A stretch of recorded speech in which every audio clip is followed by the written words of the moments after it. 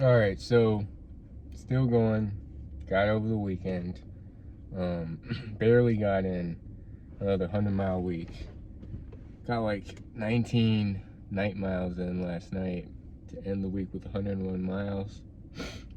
Still going, still like training for Andy's backyard in October. Signed up a few days ago for the 10-day Vipassana meditation retreat. Fingers crossed I get into this one. And as far as like, people love to project like how my life is. They love to think all you do is run in NoFap, when running in NoFap is like 1% of the day, and I don't even like to run. There's like a whole day that I like do deliveries at work, I eat, trying to do more strength training, meditate. Right now I'm helping out this nonprofit that I'm a part of called Love No Ego. Texted me to come meet him, and we're gonna go ride to Buckingham and help with this park that he has. So there's that I'm also doing, and then there's I'm studying a lot, like trading, investing, and really I want to immerse myself in that, and I have the time. Like I know I can just work any job I want. Like I know I can go back into the restaurant industry. I know I can work like I have an opportunity right now. Yes, I live with my dad, but I have an opportunity right now to work towards a long-lasting career.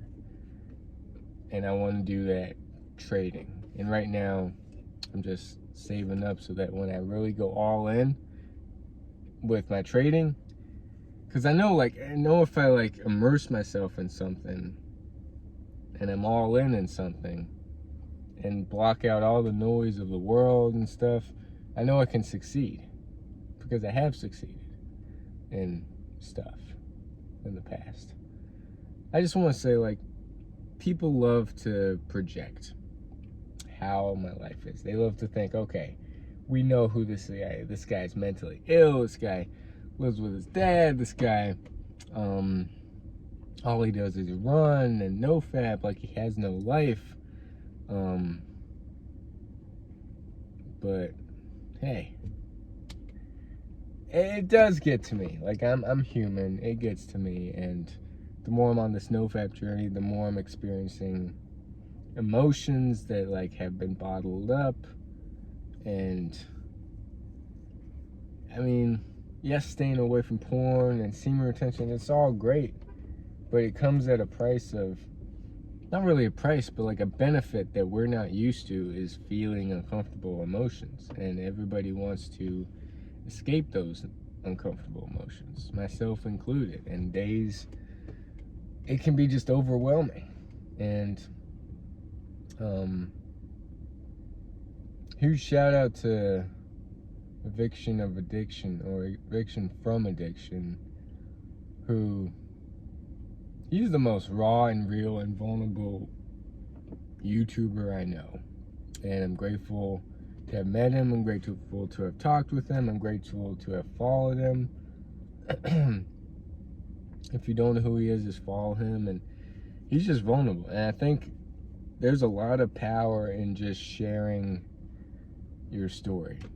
Not just the successes, but like the deep darkness of, like, I'm not happy. Like there's more out there.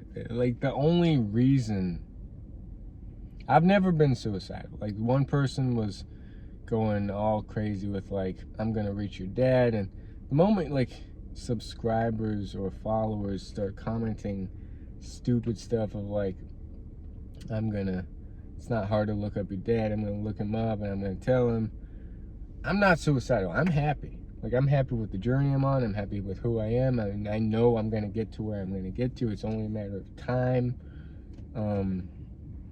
But people following a small snapshot of your journey love to just, first they love to see you fail. First they love to project how your life is. And they can go too far sometimes. That's why if I don't like a comment, I'm just gonna block and delete, and they can keep making as many channels as they choose. I don't know why they choose to follow me. Maybe they want to see me succeed deep down, or maybe they just think I'm a mentally ill person with problems, and who knows? I know I'm not mentally ill. I know I have a greater purpose beyond what normal society wants. Like, I know where my mind is, and I know where my life is currently, and I'm grateful for where my life is currently, and I know where my life is going, and I'm just grateful. Anyways, sorry for the rant. Still not used to talking in front of a camera, especially just like rambling. Like, it's been a while. There are days where I'm just like, I'm just gonna check in. I'm just like saying a few short words, but like I gotta get used to just talking again. But as always, shout out to the brothers, Johan, Pablo, Ricky.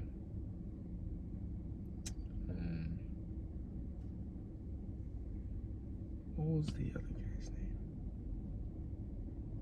Anyway, shout out to you all, Taj and everyone else.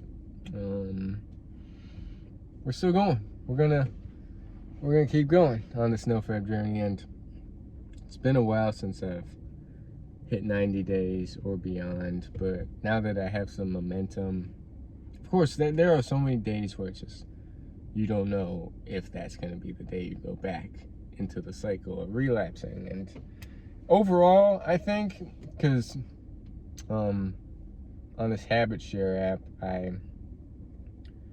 I've got the NoFap habit, I've got the cold showers habit, and I've got the meditation habit.